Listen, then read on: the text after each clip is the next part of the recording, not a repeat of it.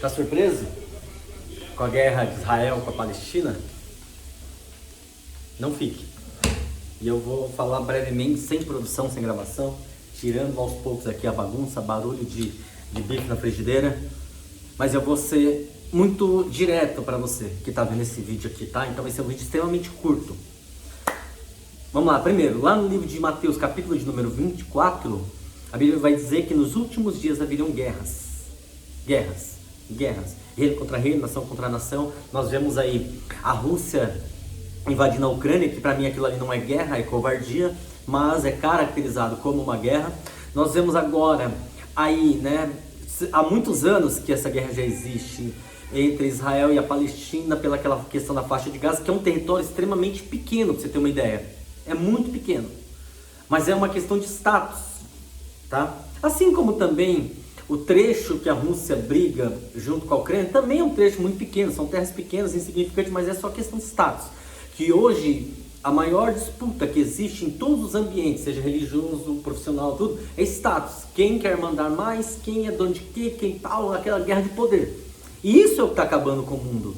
Porque a Bíblia vai dizer que nem todos procurem ser senhores. A questão de você ser um senhor, de você ser alguma coisa que coordena, que direciona, que guia, isso te dá maior responsabilidade. Hoje, eu particularmente não vejo tanta vantagem nisso, no sentido de que você numa resenha, numa coisa, pô, eu sou tal, mas tudo vai ser cobrado. Tudo que está sobre a sua tutela, sobre a sua jurisdição, está acertado. Eu não vou entrar em detalhes, porque isso vai estar no meu livro. Mas eu cheguei a um ponto que eu era coordenador de 4 áreas ao mesmo tempo. Áreas diferentes. A área da minha vida, eu era casado, pai, que aí você já é gestor de 2 coisas. Gestor de departamento em trabalho, pastor de igreja e síndico de condomínio. Tudo isso ao mesmo tempo, que acabou explodindo. Então a coisa é muito séria, tá? E olha que eu nunca procurei isso daí, sempre foi uma coisa que sempre esteve comigo, essa questão de liderança, de coordenação, sempre fui capitão dos times que joguei, dos esportes que pratiquei, sempre. Então é uma coisa que as pessoas viam em mim, me davam e eu assumia, porque isso é um dom, isso é uma coisa que você tem ou você não tem. Mas brigar por isso, eu acho uma coisa tão pequena, tão insignificante. Eu jamais joguei na cara de ninguém, eu sou isso, eu sou chefe. Não precisa, isso está enraizado, isso cativa. E as pessoas têm que se sentir cativadas, para que você forme outras pessoas como você, e isso é legal. Então lá em Israel está acontecendo isso por causa disso, questão de status, briga. Mas, muita gente já morreu, eu não gosto de falar de números de gente morta, tá? Mas só para você saber, isso é bíblico, tá? Essa guerra que está acontecendo entre Israel e lá é bíblico. A Bíblia diz que se levantariam contra Israel, e a Bíblia vai dizer, orai por Jerusalém, porque se houver paz na sua pátria, vós tereis paz também. Então ore pela sua paz.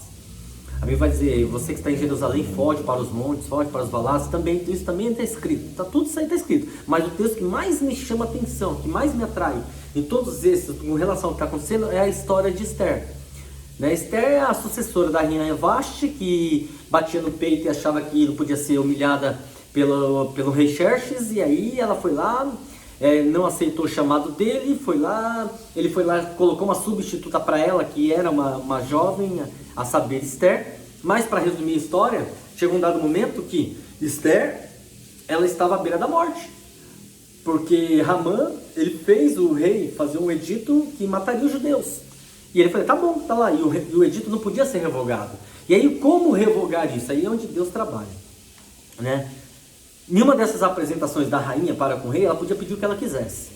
E Esther, ela falou, poupe minha vida, e dos meus irmãos, dos meus parentes na vida. Tá bom, ninguém vai tocar nem em você, nem seus irmãos, nem seus parentes. Mas ele não sabia que ela era judia. E ela foi lá e disse, eu sou de Israel, eu sou judia. Hã? Pô, mas agora eu já tenho um edito que era para matar todo mundo. Então, o meu pedido é esse, que você não me mate, nem meus irmãos. E ele falou, e agora, o que eu faço? O que eu faço agora? E ele foi lá e fez um novo decreto, que é que os judeus, os israelenses, poderiam se defender, se proteger. E ninguém peitava os israelenses, ninguém peitava os judeus, ninguém tinha, eles eram muito fortes.